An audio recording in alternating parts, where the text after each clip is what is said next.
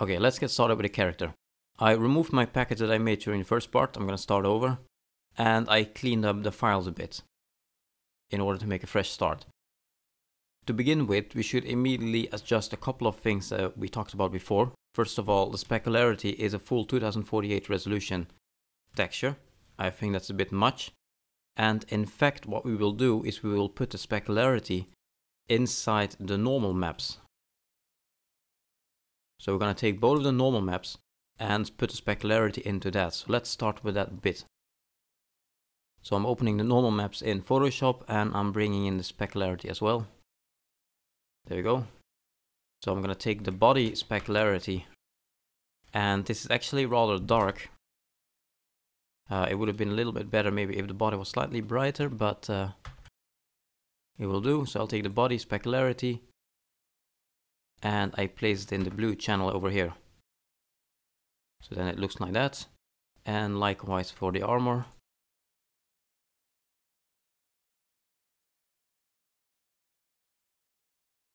We save the two normal maps. Next up, the eye.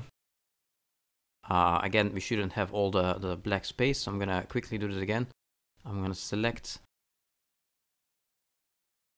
a small portion out of it.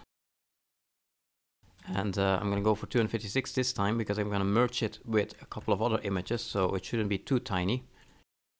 Something like that.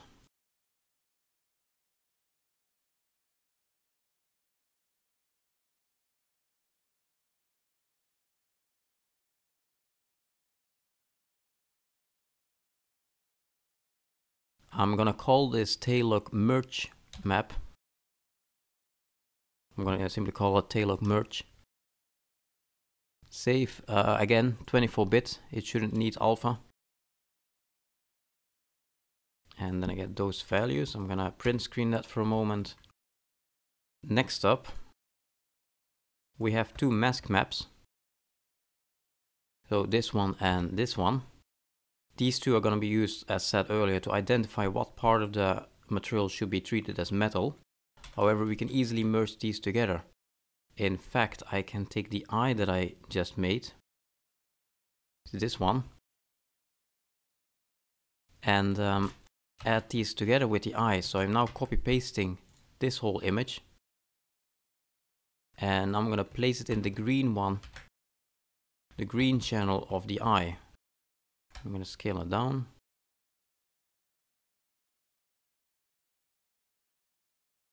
Like that. And I'm going to do the same for this one.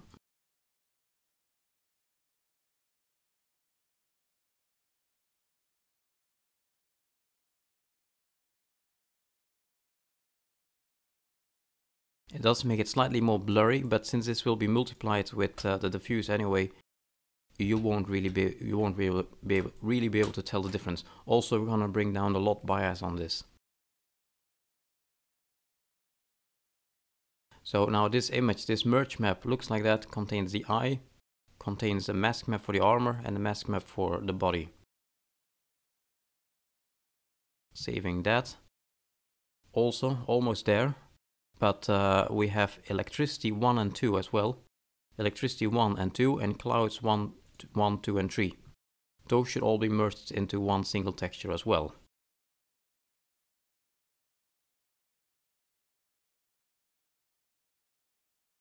So electricity 1 looks like this. And the second like that. We can easily bring them together as well.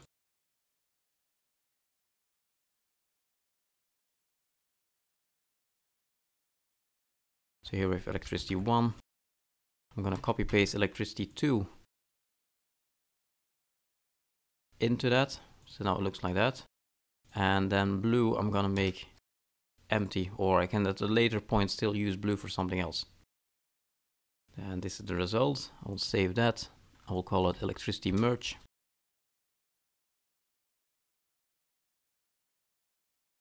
Likewise for the clouds. So this is my first cloud, second cloud image, and third cloud image.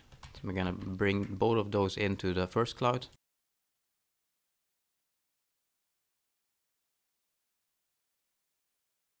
And now it looks like that.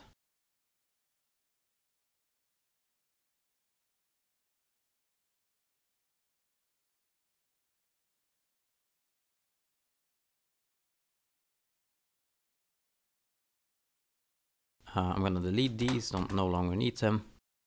The masks are no longer needed.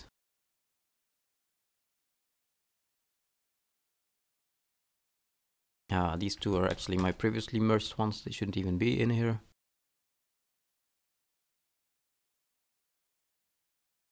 And this is the original eye. I don't need the original eye any longer either, so we can take that out as well. And then we're pretty much there. The gradient, unfortunately, I do have to keep for technical reasons. We'll get back to that later. So unfortunately, I can't make a merge map out of this. So what I had was, I had a gradient. Unfortunately, I can't change that. The reflection is pretty neutral. I could technically bring the reflection into one of the merge map as well. It has a bit of color, but other than that, it's pretty neutral. Actually, let's do that. Let's just see if we can maybe put it in one of these. We have electricity merge here. Yeah, so we can probably add the merge map into that as well. The reflection. Bring this into electricity merge.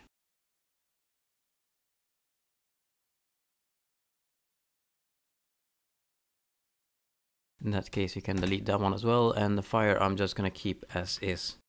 Because first of all, it does need a bit of color. It is nice that you can have a bit of orange with yellow, have a bit of color variation going. And it's only a 256 by 256, so I can leave that be. Right, so then we've minimized it to just this. And then we can move on to importing these. I'm gonna import all of them except the normal maps. Those I will do in a bit.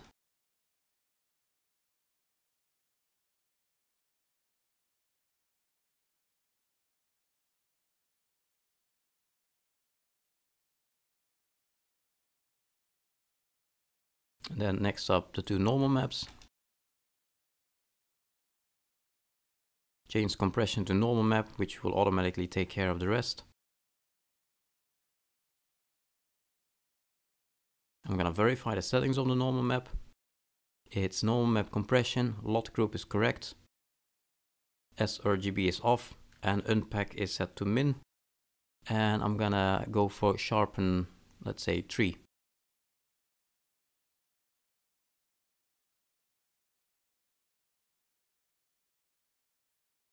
Gonna verify the other ones as well. The two diffuse ones, I can leave all the settings be, except I'm gonna set world to character, which actually I should change on the normal map as well. And I'm also gonna go for sharpen 3, or let's say do sharpen 4 even. I'm gonna change this from world normal map to character normal map. Quickly on that one as well. You can actually do this on multiple at the same time. You could technically do this. And then you get a smaller window, but this will allow you to change all of them at once, if you have to change a lot of them. This one I'm gonna set to character as well, but I'm just gonna go for character itself. And actually, because it's already only a 256 by 256 texture, I'm gonna here set lot bias to -3. So the engine doesn't downscale it when it's further away or in lower detail, because it's already such a small texture. I don't think it needs to be scaled down as aggressively. I mean, if you scale down such a small texture, soon there will be nothing left of these kind of details. Because on step 2 it would look like that. So in this case I'm going to go for -3. So it pretty much does not reduce in size. And the two FX one, you could opt to place these on FX perhaps. Not entirely necessary. Just character would work as well. Kind of depends how you want to organize your game and your content. That works. Same here then perhaps. And then the gradient, and this is also another reason why the gradient cannot be in a merge map, is it has to never tile. It shouldn't tile, because we're going to use this for a special feature to fade in the burn. So the burning effect is going to be faded in because of the gradient. but therefore we cannot have a tile, because otherwise the burning effect would tile as well. So I'm going to take the gradient here and I'm going to set it to clamp. So the last pixel will be stretched out. So everything on the right of this will be forever white and everything on the left of this will be forever black. So clamp on X and Y.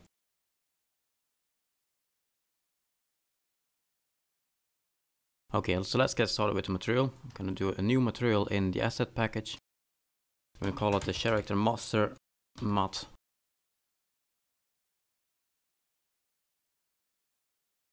I'm going to bring in all the textures that I will need, or at least the first batch.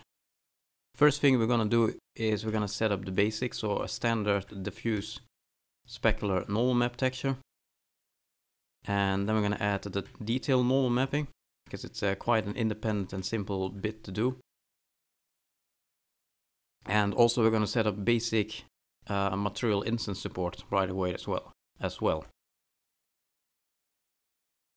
So first of all, we have both textures in here now.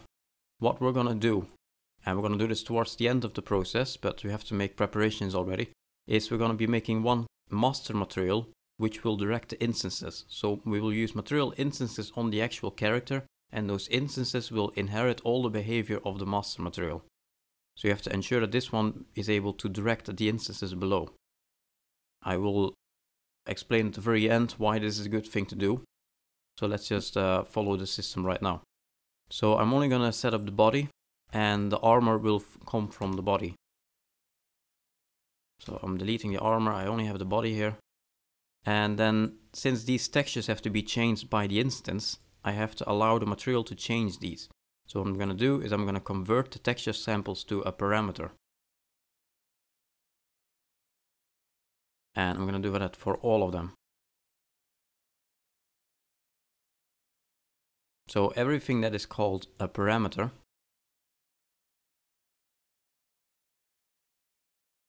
all of these are all versions of normal things. So if I have, for example, a constant 1 vector, the parameter version of that is a scalar parameter.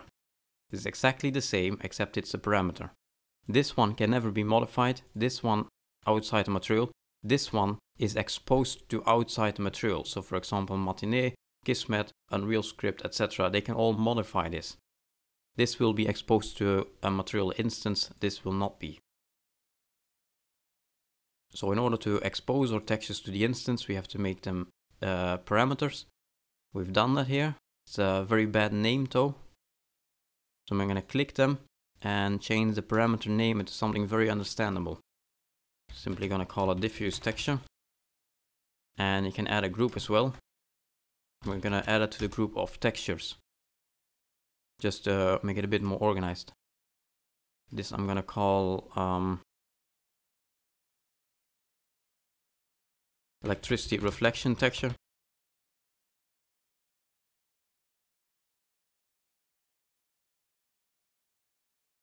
Metal eye mask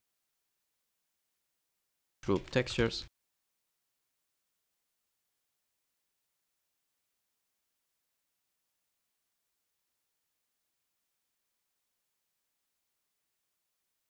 Actually, I'm going to type textures behind this texture to make it a consistent naming convention. There we go. I connect all of this. Since this one actually contains specular in blue, we have to use derive normal Z.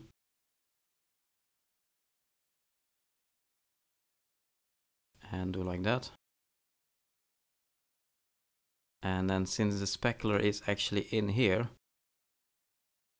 and since we're going to be multiplying the specular with the diffuse, I'm going to set it up like this. So blue channel is multiplied with diffuse RGB, and it's then multiplied with a constant 1 vector. This is the strength, and that goes into specular. Also another constant 1 vector goes into specular power to set the width of the reflection.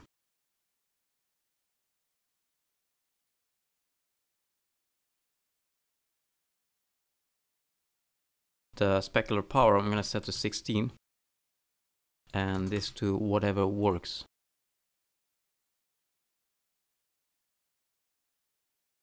Also, we're gonna have to adjust this a bit, since the specular is embedded in a normal map, and since the normal map has different doesn't get gamma corrected, since super RGB is off and the unpacking is different, it actually changes the way it looks. So it looks a bit weird. So what I'm going to do here is I'm going to add a power.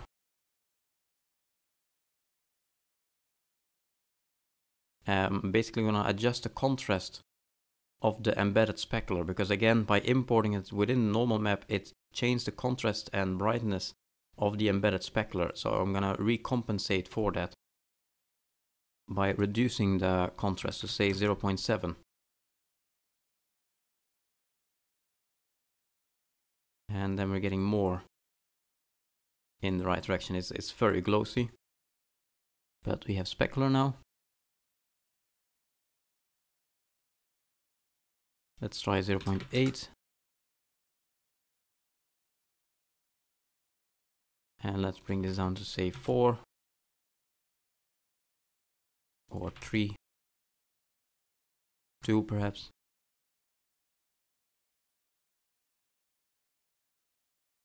That kind of works. It's a bit glossy, but it's better. It's a bit exaggerated, so it's easy to see on a video. I'm moving the light here by holding L on the keyboard and dragging. Or actually just moving the mouse is enough. That works. I'm gonna make sure that specularity is exposed to the material instances, so that each instance can change the specularity as it desires. So I'm gonna convert this into a parameter as well. So basically everything, every texture, every property, every number that's important in here, we will expose as a parameter, so it can easily be accessed by one of the instances down the line. So same setup here. I'm gonna call this specular intensity, and group it belongs to the specular group. Likewise for specular power.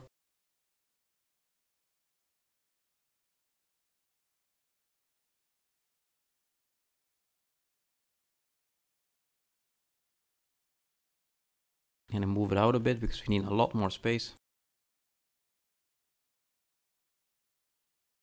Also, I can use a character in here. If you select the static mesh in the content browser and then press this button, it will take over the mesh from the content browser, so you can immediately see the mesh it should be applied to.